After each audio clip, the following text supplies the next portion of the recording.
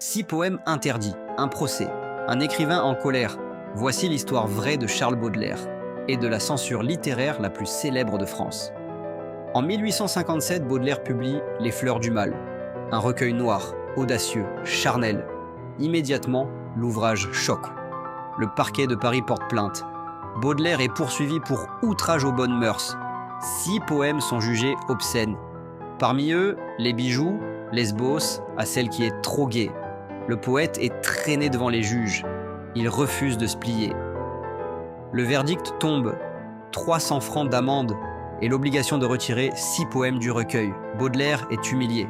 Il écrit « Cette société hypocrite n'a rien compris à ma poésie.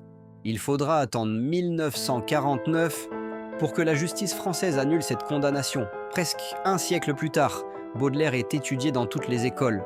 Il est devenu un monument national. Mais Baudelaire n'est pas le seul à avoir été censuré.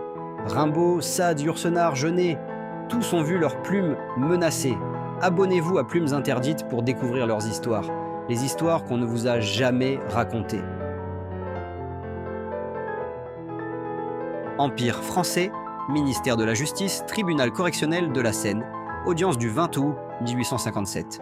Extrait du registre des jugements à faire, Charles Baudelaire, homme de lettres, demeurant à Paris, prévenu, mais Monsieur Auguste Poulet, Malassis, et Eugène de Broise, éditeur. Objet. Publication d'un ouvrage intitulé « Les Fleurs du Mal ».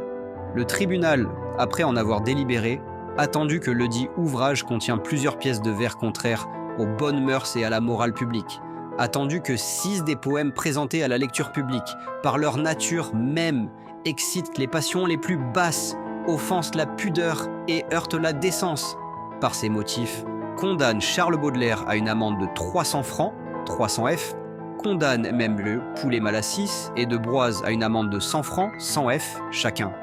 Ordonne la suppression des pièces suivantes dans toute édition future de l'ouvrage Les Fleurs du Mal, Les bijoux, Le Lété, à celle qui est trop gaie, Lesbos, Femme damnée, Delphine et Hippolyte, Les métamorphoses du vampire, fait et jugé à Paris, ce 20 août de l'an 1857. Signé le président du tribunal correctionnel de la Seine, contresigné le greffier du palais de justice. Ce jugement est immédiatement exécutoire. Appel possible devant la cour d'appel de Paris dans un délai légal.